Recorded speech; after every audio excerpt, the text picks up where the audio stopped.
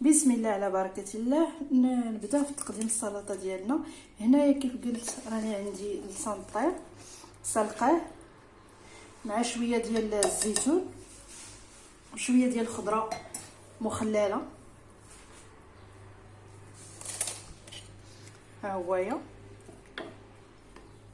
هانتوما، ها الكورنيشو، خيزو، الزيتون سلايس.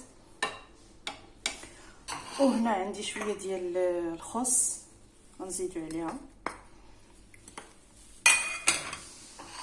وهنا هانتوما كيف كتشوفوا هنا عندي شويه ديال الربيع، عندي شويه ديال الخيزو، وعندي شويه ديال الخيار، شويه ديال البربه، بيضه مسلوقه. هذا الذره شريت قبال وسلقته كيف كتشوفوا دابا راه وقته هادي. شريته وسلقته. وهنا شويه ديال اللوبيا حتى هي سلقتها وقطعتها قطعات صغار، وشويه ديال الفلفله خضاريه. الا كانوا فلوينات كيعطيو منظر زوين، ما كانوش كنقضيو غير بهذه نيت.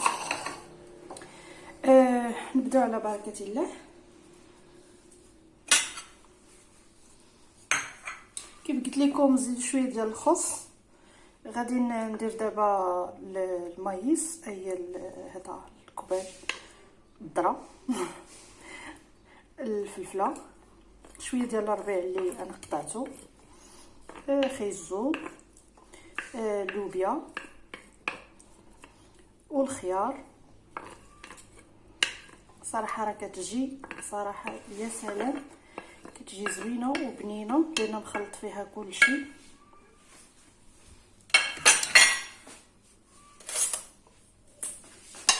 هانتوما مع دابا بدا الحال كيسخن. بحال هاد المسائل هما اللي كيصلحوا لينا دابا العشاء. اغلبيه العشاء كنوحلو فيه بامتياز، ولا حتى في الغدانيت ديريها في الغدانيت تاكلي مع الحوت ولا مع شي حاجه. هانتوما هذه كتكون بارده، يعني كنديروها في الثلاجه. انا هنايا بالنسبه لكم نتوما تقدروا تزيدوا فيها المايونيز، تقدروا تزيدوا فيها التوابل. بالنسبه للتوابل حتى هما تقدروا تزيدوا غير شويه ديال البزار.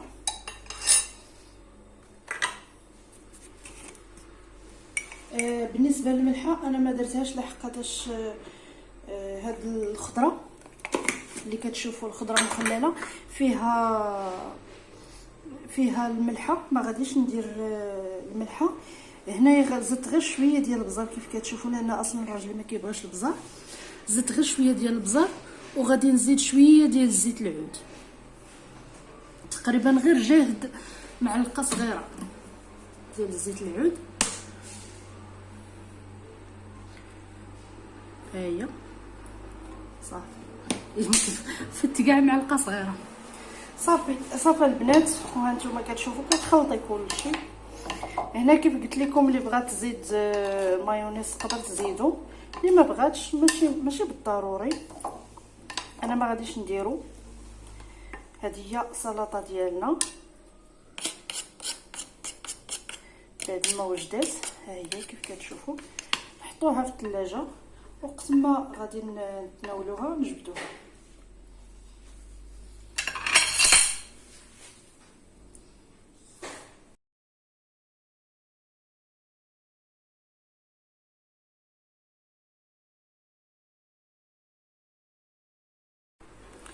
وهذه بيضه تقدري تحكيها تقطعيها غير قطعات صغار.